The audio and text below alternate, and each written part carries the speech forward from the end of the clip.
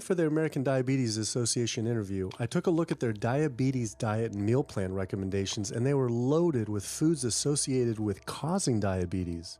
How could they expect people not to get diabetes if this was the food they were recommending? And then, I saw multiple peer-reviewed studies published on the National Institute of Health website showing that a low-fat, plant-based diet was more than twice as powerful at controlling and even reversing diabetes than the ADA recommended diet that included meat and dairy. Well, the mission of the American Diabetes Association is to identify a prevention and a cure for diabetes, but in the meantime, to improve the lives of all people who are affected by diabetes. And what's the best way to prevent this? For type 2 diabetes, it's unclear. We can't prevent type 2 diabetes in everybody. When we're doing the research, we came across a lot of studies that said that you actually could potentially cure or reverse diabetes with a purely plant-based diet. I don't believe there's sufficient evidence to demonstrate that. How does it compare to the ADA diet that you recommend? We don't recommend a specific diet. We recommend healthy eating. The one that's on the website. We recommend healthy eating. Do you have a whole list of exact day-to-day, the meal plan, the whole meal plan? All they are selections of foods to consider. We do not have a diabetes diet. But with that selections, that you consider that plan compared to a plant-based plan? No one's done that study. We found actually some studies that a 74-week study found that low-fat vegan diet versus the ADA plan in type 2. I think we're done here. I'm not going to get into an argument about. Oh no, I was just wondering the studies of if this is true or if it shows that. Any diet works. Any diet works if people follow it. But if it's a diet that's not the proper diet, like if anyone follows a diet that they eat McDonald's. I can't tell you what a proper diet is. I can tell you what an improper diet is. So then we can talk about the good diets. I'm not sure why. I'm not going to get into that. Into diet? No. Why not? If that's where you want to go with this, I'm sorry, I'm not the person that you should be talking to. And why is that though? If that's what you want to get into, I'm not the person you need to be talking to. Who do we talk to about diet?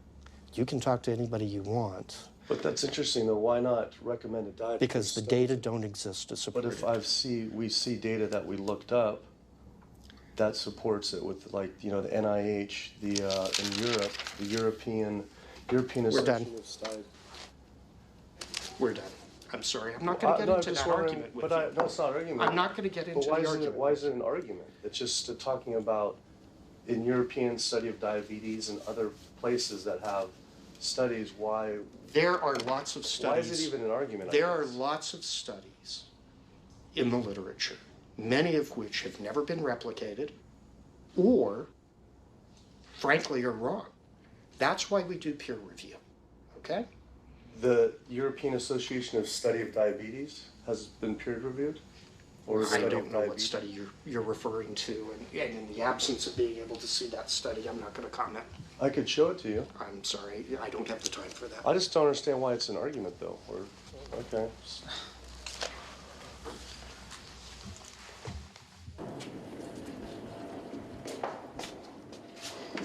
That was interesting. What he wanted to talk about was people living longer with diabetes.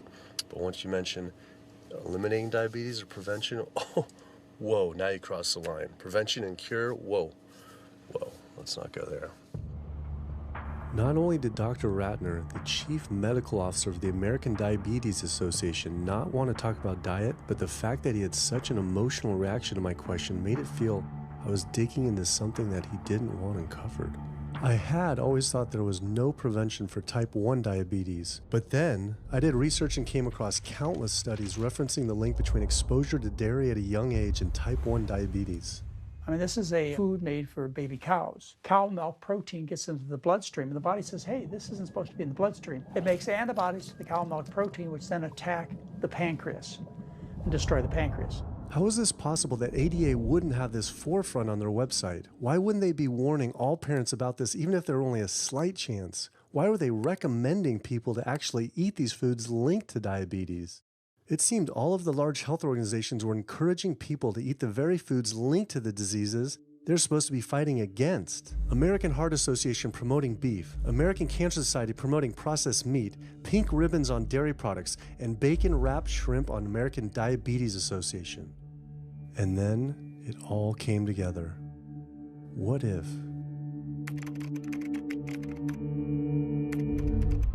And there it was. The American Diabetes Association was taking money from Dannon, one of the world's largest dairy yogurt producers, Kraft Foods, makers of Velveeta processed cheese, Oscar Mayer processed meats, Lunchables processed kids meals, and Bumblebee Foods, makers of processed canned meats. American Cancer Society was taking money from Tyson, one of the world's largest meat producers, and Yum Brand, owner of Pizza Hut, KFC, and Taco Bell. Susan G. Komen was supposed to be fighting breast cancer, was corporate partnering with KFC, Dietz Watson Processed Meats, and Yoplait Yogurt. And the American Heart Association was probably the most disturbing of all, taking hundreds of thousands of dollars from the beef industry, poultry, and dairy producers, and millions from fast food and processed food manufacturers.